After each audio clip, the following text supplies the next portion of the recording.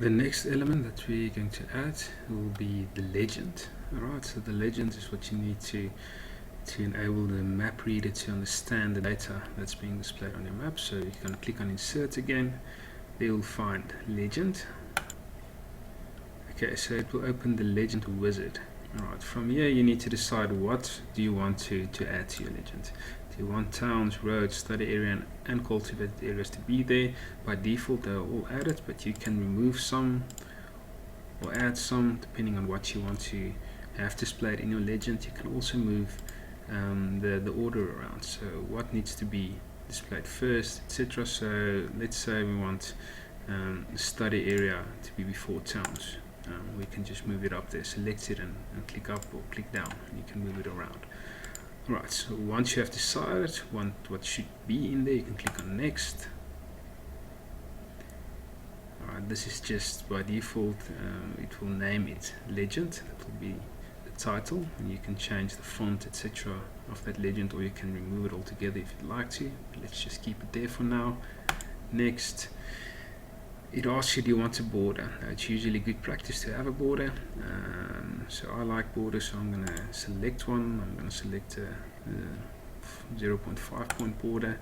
I'm going to make the background of my legend, I'm going to make it white, and yeah, I'm going to say next.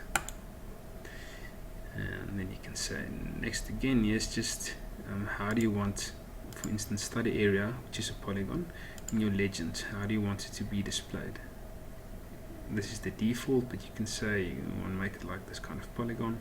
So let's say we want to display it like a kind of a urbanized area, okay, because it's a study area. So let's select that, and cultivated areas, we can say we want to display say natural areas.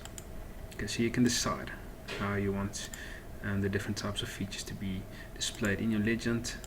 The road, you also have a choice. Do you want it curved or just a straight line? Let's keep it a straight line for now.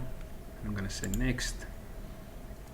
Next, all finished, and there's a legend now being added to my map.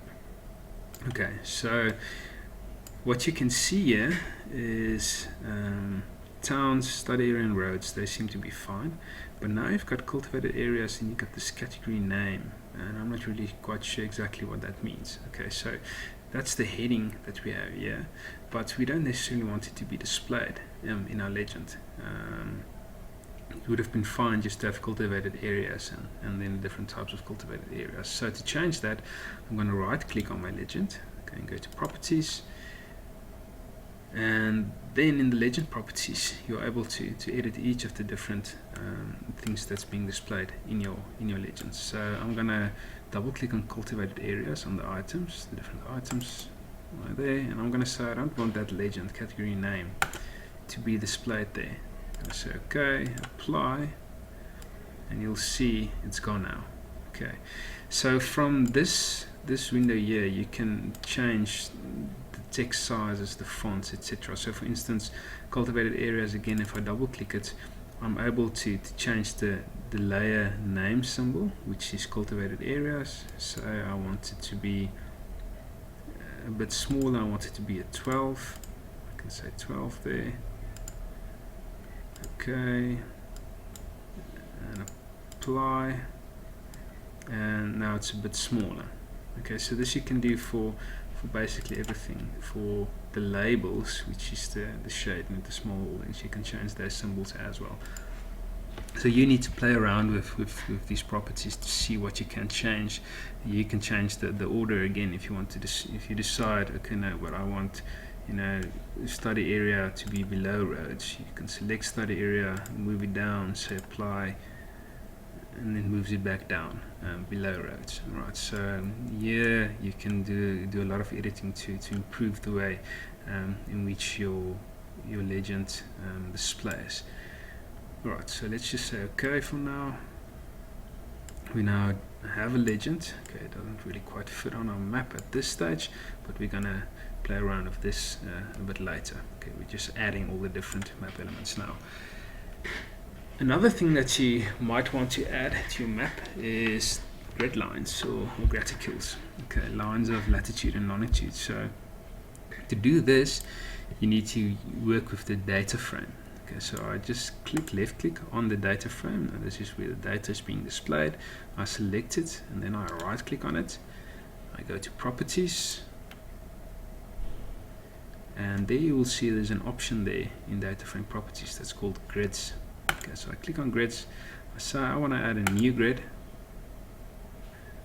I want to add a graticule, lines of longitude and latitude.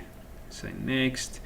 Then it asks you what should the intervals be. Okay, 1 degree, minutes, seconds. So let's say we want to make it 30 minutes to start with. So I'm going to make the degree 0, and I'm going to make it 30 and 30 minutes.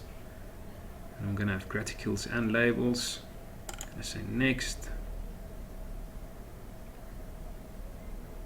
I'm going to say next. Just click through the defaults and say apply.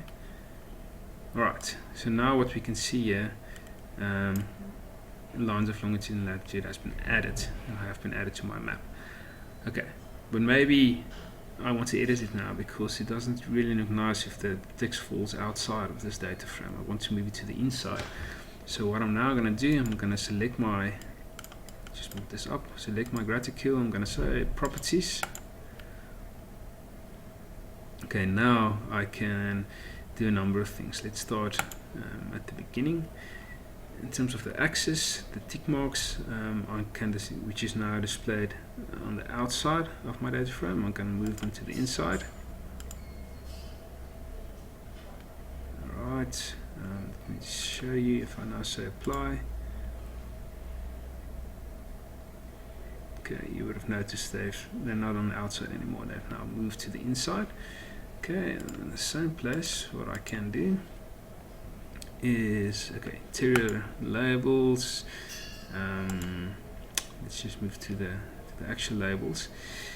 At this stage, the labels falls outside of my data frame. Okay, a simple trick to move them to the inside is to make this a negative value. So I'm just going to make that -6. If I say apply, you notice they move to the inside. Okay, so one last thing that I'm going to do, I want to remove these lines. Okay, let's say they make my map too busy. Somebody can a person will be able to use the tick marks to interpret the lines of longitude and latitude. So I'm going to go back to my properties, and then I'm going to go to lines, and I'm going to say you can turn it off, you show as a grid of ticks. Okay, this is one option. So if I select that, you'll see it will now only show me small x's. Alright, so now I don't have the full line, but I can still navigate on my map. Okay, so that's a graticule, and now you add it to use this grid function here. So go and play around with this as well. Change the different settings to see how it differs. There's a number of settings you can change. It's up to you to explore them and see what each of them does. Right, another thing that we now maybe would like to add to this map might be overview map or reference map. Now to add a overview map, I need to add what we call a data frame. Okay, so I'm going to go to insert again, and you'll see the first option there is a data frame. So I'm going to say add a data frame. And you will see now in the table of contents a new data frame has been added, and there it's displayed, it's highlighted in blue. I can move it around. Now a data frame, this that we worked with up to now is called the data frame. Okay, the thing where all your data is displayed in. Now I've added a second one of these. Okay, so note that it is highlighted in the table of contents. If I click on this data frame, it becomes highlighted, layers 1. Okay, click on this one again, it is highlighted. If I now switch to the data view, there's nothing being displayed. Why? Because there's no data in this data frame. If I right click on that one and I say activate that data frame, the old one, the data is displayed. Okay, so it's actually a map, a second map, second set of data, not set of data, but a second map view that you're working with. Alright, so I'm creating a second map on my existing map, and this will be an overview map. It will be a smaller map that just shows where is the Mangaung Metropolitan Municipality located in South Africa. Alright, so the first thing you need to do is to add data to this newly created data frame. To do that, you can right click on the new data frame, you can say add data, and you can add data from here. Whenever you use this add data function, okay, it will add data to the data frame that is highlighted. Okay, so if I use this option now, the data will be added to the new data frame. If this one is activated and it's highlighted, if I use the add data frame, the data will be added to this data frame. Okay, I want to use the new data frame. The same goes for legends and scale bars, for instance. If I add a scale bar now, the scale bar will be added in terms of that data frame. Okay, so it won't be applicable to that data frame. And if I add a legend now, it will add a legend, but there will be no data displayed in there because there's currently no data in this data frame. Okay, so just make sure when you add your legends and you add your scale bars, the correct data frame is highlighted. Alright, so I'm going to add a data set now. I'm just going to add the provinces of South Africa. There you can see immediately it's displayed. I'm just going to change it to a light grey color. And what I also want to do, I want the study area to be shown on this new map of mine. So I'm going to just copy the one that's in the first data frame, copy it. I'm going to say let's just paste it in there, and there you can see it's being displayed. Right, so now you can decide, you might want to make this a solid display, not as an outline but as a solid area, and you want to make it a red color to stand out. Okay, and now somebody can see there, okay, there's where the study area is located. It's in the Free State province. You can also add some labels here. If you go to the attribute table of province new, you'll find there's a province code there. And we can just add a simple label. We can call it province code. We can make it quite small because it's a small map. Just going to make it something like that. And there you can see, okay, now somebody can orientate and see there's the Northwest province and Northern Cape province. Okay, so that's an overview map that we can move around on our map display a bit later as well.